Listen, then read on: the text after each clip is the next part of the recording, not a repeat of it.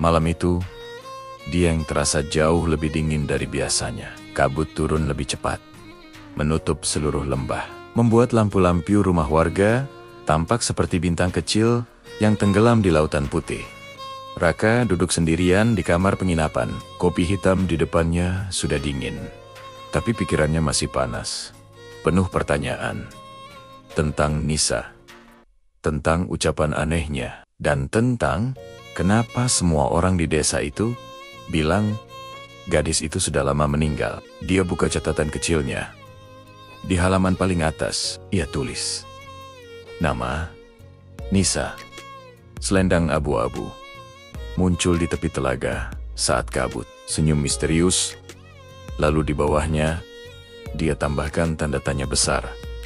Arwah, halusinasi, atau nyata? Tapi entah kenapa, setiap kali dia menulis kata arwah, dadanya terasa sesak. Senyum Nisa itu terlalu nyata untuk disebut hantu. Matanya terlalu hidup. Di luar, angin mulai bertiup pelan. Jendela kamarnya bergetar halus. Raka bengket berjalan mendekat dan membuka sedikit tirai jendela. Yang terlihat hanya kabut putih menebal. Tak ada bulan, tak ada bintang, hanya putih. Seolah dunia di luar lenyap ditelan dingin. Dia ingin menutup jendela lagi. Tapi tiba-tiba terdengar sesuatu. Suara halus, lembut banget, seperti seseorang bersenandung dari jauh. Nada itu begitu pelan, tapi jelas. Melodi sendu yang seolah memanggil. Raka membeku. Ia menahan napas, mencoba memastikan. Suara itu datang dari luar, dari arah telaga. Tanpa pikir panjang, dia ambil jaket dan senter, lalu keluar kamar. Langit benar-benar tertutup kabut. Udara di luar seperti menempel di kulit, dingin dan lembab. Setiap langkah di jalan batu berbunyi lirih, menembus kesunyian malam.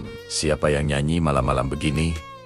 Gumamnya pelan. Semakin dia berjalan mendekat ke arah telaga, suara itu semakin jelas. Tapi anehnya, begitu dia sampai di pinggir air, suara itu langsung hilang. Sunyi total. Cuma ada suara air telaga yang tenang dan kabut yang bergerak pelan di permukaannya. Raka memutar badannya, menyorotkan senter ke segala arah. Gak ada siapa-siapa. Tapi tiba-tiba ada sesuatu yang bergerak di sisi kanan. Cepat banget. Seperti bayangan orang lewat. Siapa di sana? Teriak Raka spontan. Gak ada jawaban. Cuma ada bisikan angin. Pelan sekali. Tapi cukup untuk bikin jantungnya berdetak cepat. Suara itu seperti memanggil namanya. Raka. Suaranya lembut, tapi jelas. Suaranya Nisa. Raka menelan ludah. Nisa, itu. Kamu. Kabut di depannya bergulung perlahan. Seperti ada sesuatu yang menembusnya dari dalam. Tapi begitu dia melangkah satu langkah ke depan, kabut itu malah menghilang begitu saja. Yang tersisa hanya aroma melati samar di udara. Aroma yang sama seperti waktu pertama kali dia bertemu gadis itu. Raka mundur pelan-pelan. Oke, ini gila, bisiknya pelan. Dia kembali ke penginapan dengan napas tersengal dan tangan dingin menggigil. Begitu sampai di kamar, dia langsung duduk di lantai, menatap kosong ke arah pintu. Dia berusaha meyakinkan diri kalau semua itu cuma imajinasi, efek kelelahan dan udara dingin. Tapi di dalam hatinya dia tahu suara itu nyata. Keesokan paginya, matahari belum benar-benar muncul. Tapi Raka sudah turun lagi ke warung kopi di bawah. Dia ingin memastikan apa yang sebenarnya terjadi semalam. Warung itu masih sepi. Hanya ada seorang kakek tua yang duduk di kursi bambu sambil menyalakan rokok kretek. Raka menghampirinya. Permisi, Kek. Boleh nanya sesuatu? Kakek itu menoleh. Matanya tajam tapi ramah. Nanya apa, Nat? Semalam saya dengar suara kayak nyanyian perempuan dari arah telaga. Apa memang ada orang yang suka nyanyi malam-malam? Kakek itu menarik napas panjang. Asap rokoknya mengepul tebal. Kalau kamu dengar itu, waktu kabut turun, ya, mungkin bukan manusia, Nak. Raka langsung menatapnya serius. Maksudnya, dulu, ada gadis di desa sini, namanya Nisa. Kakek itu berhenti sebentar, menatap keluar jendela yang diselimuti kabut. Dia suka nyanyi di tepi telaga. Tiap sore, suaranya lembut. Orang-orang suka dengerin dari jauh. Tapi suatu hari, dia nggak pernah pulang. Katanya, waktu itu kabut turun lebih cepat dari biasanya. Dia tersesat. Sejak saat itu, setiap kabut tebal datang, kadang orang dengar suara nyanyiannya lagi. Raka terdiam. Jadi, suara itu bisa jadi dia? Kakek itu mengangguk pelan. Kalau kamu dengar jelas, berarti dia milih buat kamu dengar. Tapi hati-hati nak. Arwah yang belum tenang, kadang nyari teman. Ucapan itu bikin bulu kuduk Raka berdiri. Tapi anehnya, bukan rasa takut yang datang, melainkan rasa penasaran yang makin kuat. Dia berterima kasih pada kakek itu, lalu keluar lagi. Udara pagi masih diselimuti kabut tipis. Tapi sinar matahari mulai menembus dari balik awan. Dia berjalan lagi ke arah telaga, mencoba mencari jejak apapun yang bisa membuktikan kalau Nisa benar-benar ada. Tapi di sana, cuma ada beta-beta basah, rumput yang tertunduk karena embun, dan air yang memantulkan cahaya lembut. Raka jongkok di tepi air, menatap bayangannya sendiri. Ia menyentuh permukaan air. Dan sesaat, seperti ada tangan lain yang menyentuh dari bawah. Dia langsung menarik tangannya cepat-cepat. Air di telaga bergetar pelan. Seperti ada sesuatu yang bergerak di dalamnya. Raka mundur 2 langkah. Deg-degan, setengah mati. Tapi, sebelum dia benar-benar pergi, matanya menangkap sesuatu di atas batu besar, di seberang telaga. Selendang abu-abu. Dia mengenalinya. Selendang yang sama dengan yang dipakai Nisa waktu mereka pertama kali bertemu. Basah, tapi terlipat rapi. Dia melangkah pelan mendekat, tapi baru beberapa meter, kabut tiba-tiba turun lagi. Cepat banget, udara berubah dingin, dan pandangannya langsung kabur. Suara itu kembali. Suara nyanyian lembut, kali ini lebih dekat, dan di antara kabut itu, samar-samar Raka melihat sosok perempuan berdiri, menatapnya dengan senyum yang sama seperti sebelumnya. Nisa, gadis itu hanya tersenyum. Kamu datang lagi.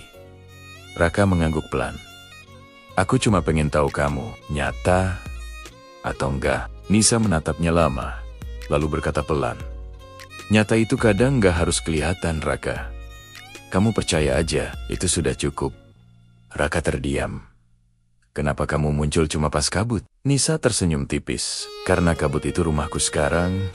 Kalimat itu membuat Raka kaku di tempat. Dia nggak tahu harus merasa apa, takut, sedih, atau kagum. Tapi matanya nggak bisa lepas dari tatapan Nisa. Ada sesuatu di sana, rasa rindu yang nggak bisa dijelaskan. Dulu aku suka nyanyi di sini. Lanjut Nisa pelan, sampai kabut datang, dan aku nggak bisa pulang. Aku pikir aku bakal sendiri selamanya. Tapi kamu datang. Raka menatapnya serius. Kalau kamu beneran arwah, kenapa kamu nunjukin diri ke aku? Nisa menatap air telaga, lalu berbisik. Mungkin karena kamu punya sesuatu yang dulu pernah aku punya. Apa itu? Rasa kehilangan? Hening, cuma suara air yang pelan bergelombang. Raka mencoba bicara, tapi tenggorokannya kering. Ada perasaan berat yang tiba-tiba tumbuh di dadanya. Tapi sebelum dia bisa nanya lebih banyak, kabut mendadak menebal lagi. Sosok Nisa perlahan kabur, seperti tertelan udara. Raka berusaha mendekat, tapi kabut menahannya. Nisa, tunggu. Suara nyanyian itu muncul lagi. Kali ini seperti dari dalam air. Perlahan menghilang bersama kabut. Raka berdiri sendirian di tepi telaga. Napasnya berat. Ia menatap ke arah selendang abu-abu yang tadi dilihatnya. Sekarang sudah nggak ada. Dia akhirnya duduk di batu besar, memejamkan mata, mencoba mengingat semua yang terjadi.